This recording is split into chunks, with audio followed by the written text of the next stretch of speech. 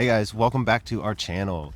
Today is the second video in our Get to Know Us series, and today we're going to be talking about our 5 most traumatic events in chronological order. Ooh yeah, so you guys will get to know us a little better after this one. Hope you Yeah, enjoy. yeah. So my name's Sean, and here at the Raw Vegan Revival, I'm a juice fast coach and also an expert in tattoo health and longevity. My name's Kat, and I am a raw food nutrition coach and also an expert in tattoo health and longevity. If anything we have to say today resonates with you and you'd like to learn a little bit more about how raw living plant foods can elevate your life and really just heal you at the highest level, make sure you grab our freebie. We'll put the link below. It's called The Raw Truth. My first most traumatic event would be, aside from being born, would be the fact that my biological mother was actually addicted to narcotics when I was born. And so that led into me being breastfed essentially narcotic breast milk. And that, I feel like, along with having that taken away and then immediately being put onto formula, that was very traumatic for me as just a child in general, obviously, and traumatic to my body because of, you know, having narcotics in my system at such a young age and then being taken away from breast milk and being put onto formula essentially led me into all of the health issues that I was facing. And I want to say it was one of the first steps to finding the raw vegan diet for me. Hey guys, and I had to think about mine. So I feel like mine is a little bit more subdued or a little more normal. Kat's was pretty intense, but I give her props on all that, and the rest of hers is crazy. But so my number one would be daycare. So just being away from your parents as a baby sucks. So I pretty much was raised by my mom and my grandparents because my dad worked away a lot. So at a young age, my mom was working all the time and I had to go to daycare. And I don't remember very much of this. My memory is very foggy, and that kind of ties into my number five, but we'll get to that. And I was just very sad when my mom left. I would hear stories of me like crawling on the floor, crying the whole day, and being sad that she was away, and just waiting for her to come pick me up. And that was my first memories of like kind of being separated from my parents and being real sad about it. So that would be my number one. And my number two would lead off of the first one, obviously, and it is going to be my biological mom leaving. And that's, I mean, going to be traumatic for anybody, right? But I mean, I was so young. Think I was like 2 or something. I don't remember that happening.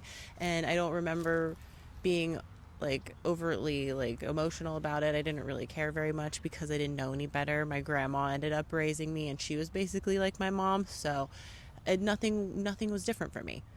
But it's still, I know that it did cause a bit of a traumatic, like it was definitely a traumatic event in my life. So my number two is basically just moving schools and moving around a lot. So I was born in Kentucky, and we moved before I moved to Ohio and stuff. I moved to a lot of different schools, like from elementary school to middle school to high school. It was a bunch of different schools. I never really fit in, and I was always kind of like the black sheep. I always kind of felt like the misfit and outcast. And I was artistic, so this was me. I was just a quiet kid at school, always drawing, but it was hard to find friends, and I just didn't fit in any school situation that I was put into.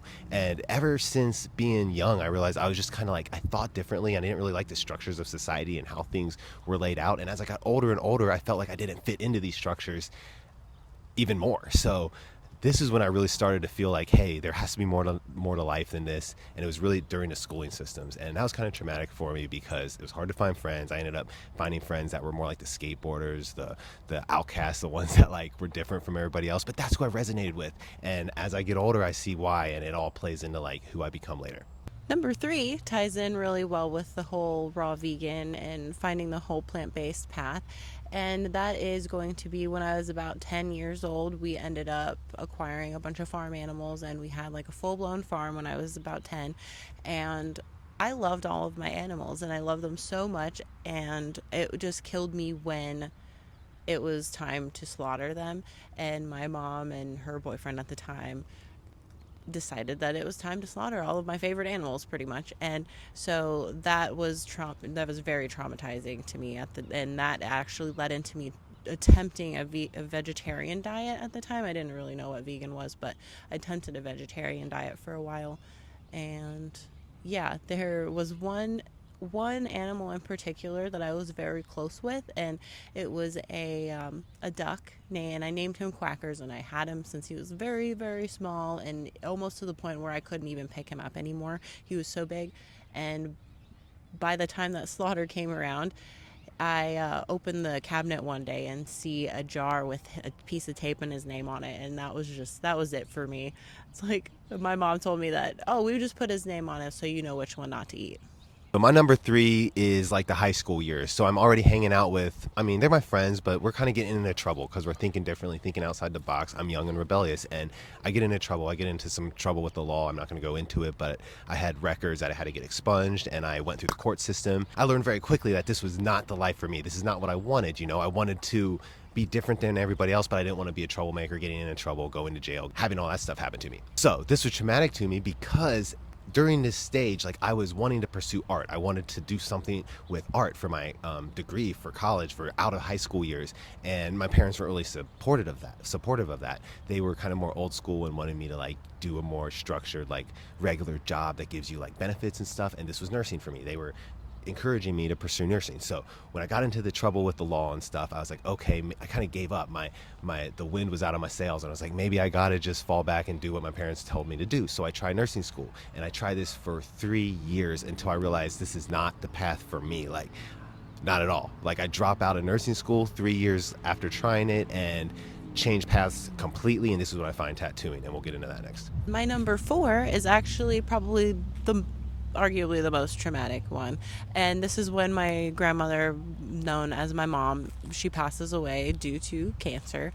And leading up to that, I had tried so hard to get her onto the plant-based diet because I had found out the correlation between eating meat and cancer cell growth, and how when you eat a predominantly plant-based diet, that cancer cells can't grow. And so as soon as I read that and figured out that information, I was trying so hard to get it to her, but it just wasn't getting through.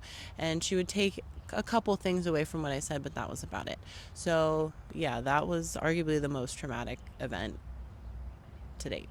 So I mentioned it briefly on number three, but my number four would be really just changing paths, because I was going for the nursing school because, like I said, I was the wind was out on my sails. I felt defeated. I was like, man, maybe I can't pursue the like life I really want, the free life, the free thinker, the alternative life I wanted to live. I felt like I couldn't do because I got in trouble and stuff. So I was still young then, though, so that's why I felt like changing from doing the nursing school that my parents and all my people wanted me to do, and they were supportive of that, and then dropping all of that and then doing the opposite, kind of pursuing like the pirate's life of doing a tattoo artist lifestyle where you don't know what's going to happen.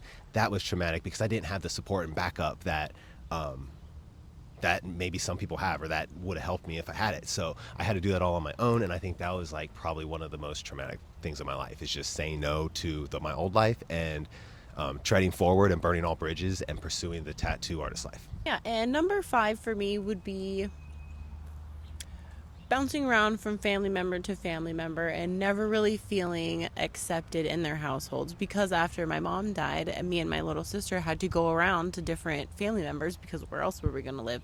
And it was just a little bit different at every place. And one event in particular will stick out to me forever, and it is that the image of my uncle screaming in my face with spit coming out of his mouth, and just saying that nobody loves me and that basically nobody's ever going to love me.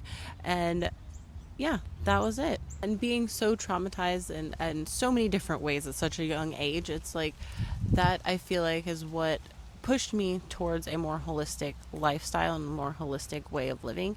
And also it helped me realize how to break through all of those traumas and stuff and help others do the same. So that's also why I'm the somatic embodiment coach at Raw Vegan Revival, is so I can help you guys dealing with traumas and anything that you seem like you can't really get over, move past that and just grow from it. And my number five is related to the whole tattoo life that I delved into in my early 20s. So after dropping out of nursing school, I started apprenticing as a tattoo artist. It was less than a year in, I met this other tattoo artist. He was kind of wild, and we went on this crazy excursion to leave Ohio and go to Texas and build our own tattoo shop. which he said he knew people there that would get us started, and we would just start a life there, owning a tattoo shop. And in the middle of the night, I left Ohio, the shop I was working at, and went to Texas to try this. And that was probably one of the most traumatic years of my life, because during almost a full year I was in Texas, I met a lot of crazy, shady people, was in a lot of crazy scenarios that when I think back, it's like, oh my gosh, it's like scenes out of a movie. But I got addicted to a lot of different drugs, methamphetamines included, and I stayed on that, plus pills, oxys, Vicodin, Xanax, all the drugs you can think of under the sun I was doing. And I was living homeless. I was living in tattoo shops, barely just getting by, like smoking cigarettes off the street. Like, it was bad, low. Spent all my life savings, and I really pretty much hit rock bottom. And this was like after dropping out of nursing school. Then I tried tattooing, and I was like, oh my gosh, what's gonna happen? I thought this was the life for me, but I pretty much hit rock bottom early on, like trying tattooing. I just had gotten started, and then like went to Texas, thought I was gonna make it, and boom, hit rock bottom. So thankfully I found these two couple that brought me in, got me clean. I lived with them for a while, just spent Christmas, spent holidays, went on vacations with them, got clean, and I thank them. I owe them a lot to this day. And then I had friends from Ohio come back, pick me up, and this was all within a year. So I spent about a year in Texas.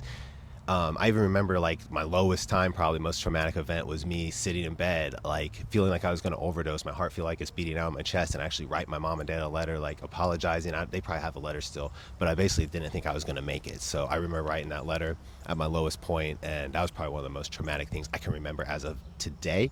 And it also goes back to my number one, like I talked about, all these drugs and stuff I've been doing since I found tattooing probably like messed my memory up a little bit.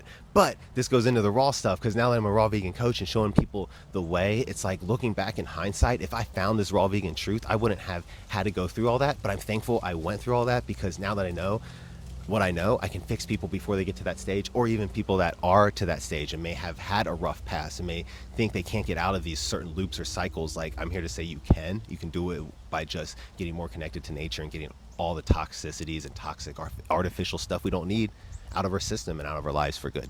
So that's why I'm also a habit reformation coach here at Raw Vegan Revival. So I know it's like a specific thing, but if people have issues with that, you can talk to me, because I got off all the drugs and stuff without help of doctors, other medicines, whatever. I did it all mentally. So you can do it too. And if I had the power of raw foods with me then, it would have been so much easier. But I think that's why raw vegan came so easy to me too, because food's just another addiction. And I was addicted to pizza and beer and all the stuff that we normalize, but they're still addictions. So I can help you with that too. But that was my number 5.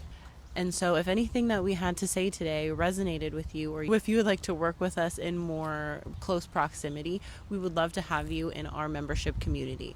And we're going to be the Raw Health Collective. It is an amazing space to be in, and we are welcoming new people into there every day.